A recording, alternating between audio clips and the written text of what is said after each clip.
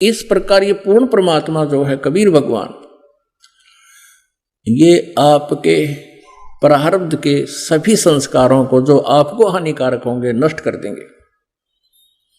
मासा घटे न तिल बधे, विध ना लिखे जो लेखे, और सच्चा सतगुरु मेट कर ऊपर मार दे मेघ। फॉर एवर मेघ मारना, फॉर एवर कैंसिल। उसमें कोई अंतर कोई भी भगवान नहीं कर सकता, ना ब्रह्म कर सकता, ना परब्रह्म कर सकता। ब्रह्म को सरपुरुष भी कहते हैं, परब्रह्म को अक्षर पुरुष भी कहते हैं, लेकिन परम अक्षर ब्रह्म ही कर सकता है। तो यहां अध्यात्म ज्ञान से जब आप परिचित हो जाओगे तो फिर आप इस माया की हवस में अपना जीवन नष्ट नहीं कर सकते। आप भक्ति करना और फिर देखना वो समर्थ भगवान है, अन्य प्राणियों से आपको अधिक धन भी देगा यहां पर, लेकिन आपको इतना ज्ञान भी देगा कि इस माया को तू अपना मत समझना, तेरी दुश्मन हो जाएगी, क्योंकि फिर आशा रह जाएगी, यही फिर जन्म हो जाएगा। तो इस प्रकार इस तत्व ज्ञान से आपके ऊपर जितना भी आवरण अज्ञान का चढ़ा हुआ है और जितना भी प्रभाव इन तीनों गुणों का आपके ऊपर है, ये निष्क्रिय हो जाएगा, धीरे धीरे होगा। भक्ति बढ़ाते जाना और फिर ये निसंतान केवल संतान प्राप्ति की ही इच्छा रखता है। अब उसका भी कारण है, उस प्राणी का कोई दोष नहीं, क्योंकि हमारा समाज इस काल की प्रेरणा से इतना प्रेरित है कि जिस भी किसी बहन भाई को संतान प्राप्त नहीं हुई उसने जीर्ण नहीं दे, उसका जीना हराम कर देते हैं। कोई तक कहेगा कि तो बेऔलाद है, इसका सुबह सुबह माथा ना देखना।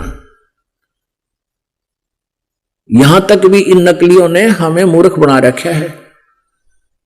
और फिर जैसे कोई रिश्तेदार आता है, दूर की रिश्तेदारी का, पूछता संतान है कोई बहू पे, तो कहते नहीं, कितनी वर्ष हो गए वहां को, 10 वर्ष हो गए।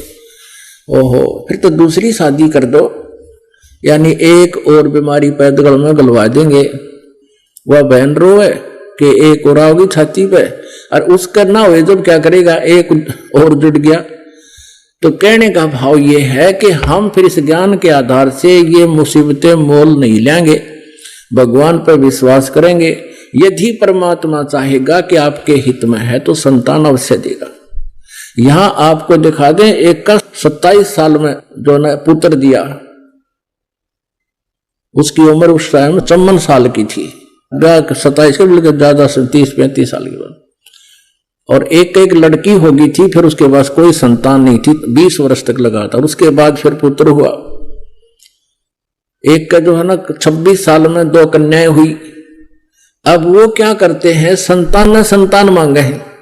परमात्मा कहते हैं कि तुम इस ज्ञान से परिचित हो और मोक्ष को मुख्य रख, क्योंकि कोट जन्म तन भरमत होगे, कुछ ना हाथ लग्या रे, कुकर सुकर खरगोया भोरे, तू कौआ हंस बगारे।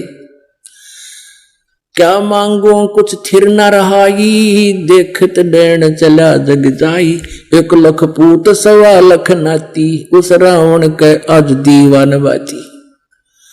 एक पुत्र मांग लेगा भगवान ते, और वह इच्छा पूरी ना हुई तो भगवान छोड़ के फिर कहां जाएगा, फिर धक्के खाएगा वहीं पर।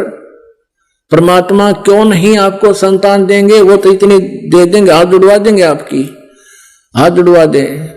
अख बंद करो भगवान, यहां ऐसे भी प्राणी आपको दिखा देंगे। लेकिन आप उद्देश्य क्या लेकर आए हो, उस उद्देश्य को थोड़ा सा चेंज करना पड़ेगा, और वो इस ज्ञान से होगा। तो क्या बताते हैं, आप एक पुत्र मांग भी लोगे, भगवान दे भी देगा, तो के कला टूट गया। आप कभी अपने दादा को याद करते हो, पर दादा कदे याद आवे आपके, सपने में भी ना आता। तो कहने का भाव यह है कि यहां की व्यवस्था से परिचित हो, भगवान जो दे वो ठीक है, फिर भी परमात्मा आपको अवश्य देगा जो आवश्यक वस्तु होगी। रावण के 1 लाख पुत्र थे, और 1 लाख के 1 लाख उस युद्ध में मारे गए। उसका कोई दीपक जलाने वाला शेष नहीं रहा, कोई दीपक जगानिया नहीं मिला, उसने सर्वनाश को प्राप्त हुआ। और यदि आप जी का एक पुत्र भी हो गया तो उससे क्या लाभ होगा? अच्छी बात है, भगवान चाहेगा तो अवश्य देगा आपको, ये सत्कर मानना। लेकिन ये अध्यात्म ज्ञान है पुण्यात्माओं, ये आध्यात्मिक मार्ग है, इसमें समझना पड़ेगा। जगत का और भगत का कहते आए हैं कि आपस में विरोध ही रहा है। कारण क्या है? क्योंकि संत यानी भगत के विचार आध्यात्मिक होते हैं और जगत में रहने वाले व्यक्ति के विचार संसारिक होते हैं।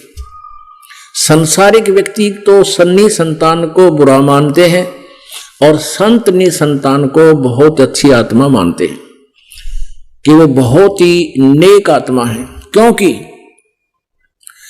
हमने मोक्ष प्राप्ति करवानी है और यहां पर हम एक दूसरे के साथ संस्कारों से जुड़े हुए हैं। कोई पुत्र बना है तो पिछले संस्कार से आपको बताया कि एक तो ऐसा बेटा होता है, पिता तो शराब पीता है, हुक्का पीता है और बेटा कमा के उसकी पूर्ति करता है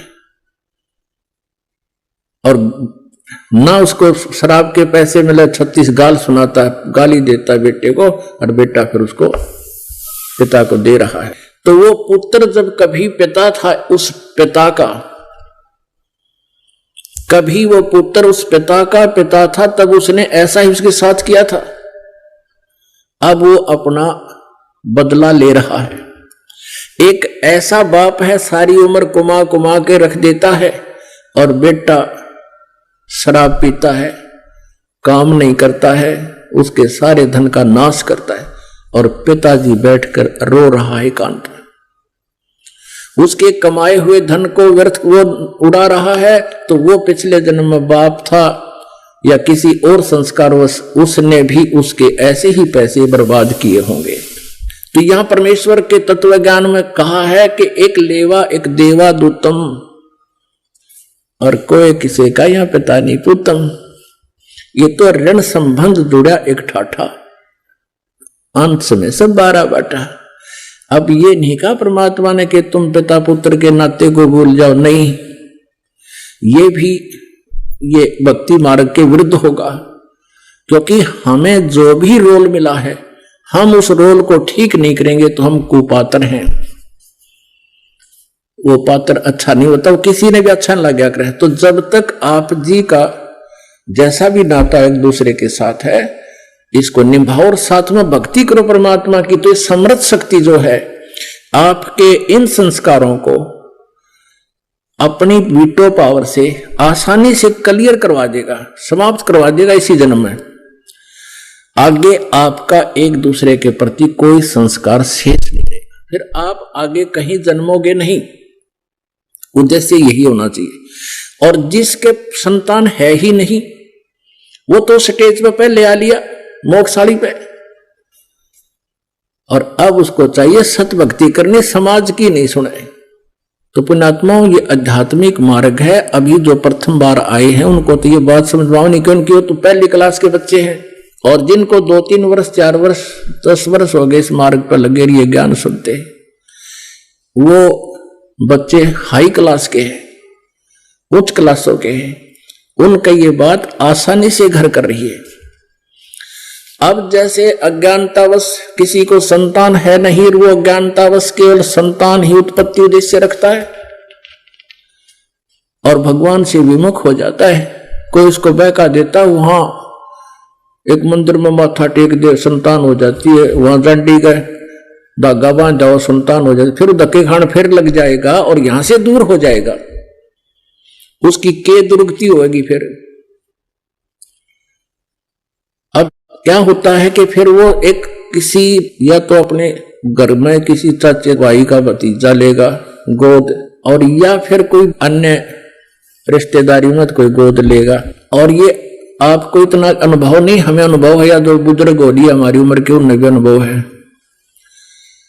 अंत समय में क्या होता है कि उस पुत्र जो गोद लिया उसका ब्याह होगा, उसकी पत्नी आवेगी और फिर खटपट तो यहाँ की पहला काम है इस काल का, तो सबके साथ खटपट तो करवावे ताकि इनको शांति बनी रहे। तो फिर वह बूढ़ा बुढ़िया हो जाएंगे, वो निसंतान, और वो दत्त पुत्र उनके पास होगा, और वो एकांत में बैठ के सोचा करें कि हमारा अपना बेटा होता तो आज न्यो ना बोलता ये। तो उनकी बुद्धि पर पत्थर गिर जाते हैं। उनको चाहिए कि उन मिलने जाके जिनके पुत्र हैं वो किसी टाट काट रहे बुढ़िया की किस तरह बात करते हैं बिना ज्ञान के। और जब ये ज्ञान हो जाएगा, भगवान से डर हो जाएगा, फिर आप अपने बुजुर्ग तो छोड़ दूसरे की भी सेवा करोगे, उनसे भी विनम्र भाव से बोलोगे, उनकी आत्मा को आप दुखा नहीं सकते। और यदि आप किसी वचन से कर्म से किसी की आत्मा को दुखाते हो तो आप भक्ति नष्ट कर लेते हो। अब फिर क्या होगा, जैसे आदमी तो जैसे तैसे जीवन व्यतीत कर लेता है, लेकिन बहन जो होती है माई, उसको एक विशेष बात खटकती रहती है कि तू बांझ होगी, तेरे को बांझ की पदवी मिल गई। और अंत में वो इसी दुख में मर जाती है कि मेरा संतान होती तो मुझे ये कलंक नहीं लगता। जो परमेश्वर से दूर हो जाते हैं, दूर हैं, नहीं इस ज्ञान से परिचित हैं, भक्ति नहीं करते, उनकी ये दशा होगी। फिर ये काल क्या करेगा उसके साथ, जीवन मनुष्य का नष्ट करवा कर अगले जन्म में कुतिया का जन्म देगा उस बहन को, उसको आत्मा को। और फिर नु कहेगा ले काट ले कसर सारी जामन की, 8-8 कट्ठे जाम पैदा कर ले। फिर सुअरी बनाएगा अगले जन्म में, नेक्स्ट जीवन में। अब 12-12 कट्ठे पैदा कर। अब यहां हम मनुष्य जीवन में जो संतान है उसमें इतनी ममता सतोगुण के प्रभाव से, और पशु योनि में भी वही ममता, वही लगाव एक जैसा। तो पुण्यात्माओं, ये तत्व ज्ञान रूपी रोशनी के अंदर आप फिर इस कीचड़ में बड़ों को नहीं, इसमें प्रवेश नहीं कर सकते। परमात्मा आपको मोक्ष उद्देश्य से यहां बुलाते हैं। जो अन्य आपके कष्ट हैं वो सब नष्ट हो जाएंगे। आपका दारिद्र्य टोटा भी नहीं रहेगा, आपका शारीरिक कष्ट भी नहीं रहेगा। और आपको यदि मालिक चाहेंगे कि कोई संतान ऐसी देना चाहेंगे कि उसको हानि ना करेगी, तो अवश्य वो संतान भी देंगे। और जिनका मोक्ष कराना है, जिनकी बात समझ में आ जाएगी, उनको फिर संतान की आवश्यकता स्वयं भी नहीं रहेगी। और फिर भी अगर चाहेंगे तो परमात्मा अवश्य सब कुछ कर सकते हैं। यहां बहुत प्रमाण है ऐसे। क्योंकि जब तक आदमी पहली बार आता उसको ज्ञान नहीं होता, कितना कह ले, कितना सुना ले। धीरे धीरे भक्ति बढ़ेगी। भक्ति से अंदर का मैल साफ होता है, अंदर की जो आत्मा पर रंग चढ़ गया इस काल का वो खत्म होता है। फिर ये एकदम जच जाती है ये बातें, और परमात्मा सब कुछ आपको देगा जो आवश्यक और